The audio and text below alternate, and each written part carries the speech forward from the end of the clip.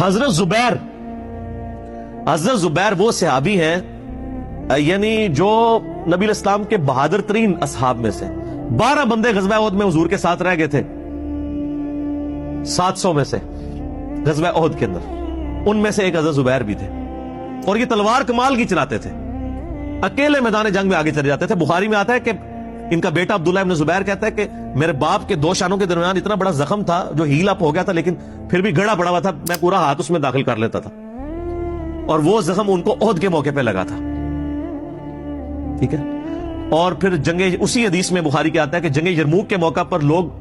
یعنی لیڈر کے اوپر چل رہے ہوتے ہیں، تو حضرت زبیر بھی ایک اسکواڈ کو لیڈ کر رہے تھے، تو لوگوں نے کہا حضرت آپ آگے جائیں، انہوں نے کہا جب میں آگے جاؤں گا تو میرے ساتھ کوئی نہیں آگے جا سکے، تو وہ اکیلے گھوڑے کو انہوں نے جو ہے وہ ایڑی لگائی اور رومن امپائر کی یعنی فوج کے اندر گھس گئے، اور کوئی بھی ان سے لڑنے کے لیے تیار نہیں ہوتا تھا، اتنی بہادری تھی ان کے اندر، لیکن جنگ جمل میں حضرت علی کے مقابلے پہ آ گئے۔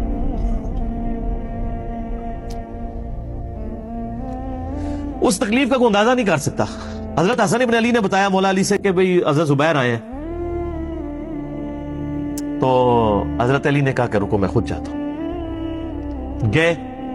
کہا زبیر یاد ہے وہ دن جب نبی تم مجھ سے بڑا پیار کر رہے تھے، پھوپھی ذات تھے نا، نبی علیہ السلام کی پھوپھی کے بیٹے ہیں حضرت زبیر بن عوام رضی اللہ تعالیٰ عنہ، تو حضور نے تم سے ایک بات کہی تھی کہ تم علی سے اتنی محبت کرتے ہو، ایک دن آئے گا کہ تم تلوار لے کے علی کے خلاف کھڑے ہو جاؤ گے، تو تم نے کیا کہا تھا کہ یا رسول اللہ میں علی کے خلاف کھڑا ہوں گا، اور میں ہاں تم اس وقت ظالم ہو گے، تو حضرت زبیر جو ہے وہ ان پہ غشی طاری ہو گئی، گھوڑے کو یعنی وہ حضرت علی کا پھر سامنا نہیں کر سکے، میدان جنگ سے واپس چلے گئے۔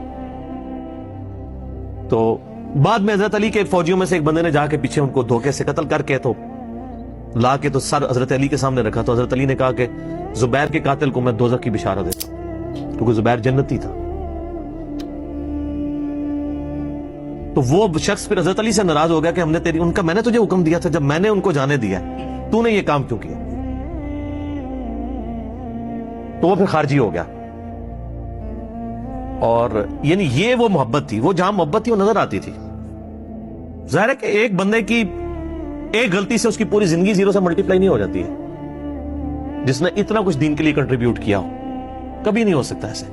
حضرت علی کو بھی اس بات کا پتا تھا۔ بہرحال یعنی اللہ تعالیٰ ان سے راضی ہو، اس لیے نبی علیہ السلام کی اس حدیث یعنی وہ حضرت علی کے اس کال کو حضرت علی فٹ کیا کرتے تھے، حضرت زبیر، طلحہ اور حضرت عثمان ابن عفان پہ رضی اللہ تعالیٰ۔ باقی آپ میرا کربلا والا ریسرچ پیپر پڑھیں تو آپ کو پتا چلے گا کہ کتنی یعنی مشکل وقت حضرت علی نے اپنی خلافت میں دیکھا ہے۔ اس حوالے سے یعنی مصنف ابن ابی شیبہ میں آپ کے مخالفین کی لاشیں بھی ہیں، ان پہ بھی حضرت علی گریہ کر رہے ہیں، ایک ایک کی لاش اٹھا کے اس کو صاف کر رہے ہیں۔ حضرت طلحہ کا بیٹا تھا محمد بن طلحہ، اس کی لاش دیکھی تو رو پڑے حضرت علی، حالانکہ وہ مخالفت میں لڑنے آیا تھا۔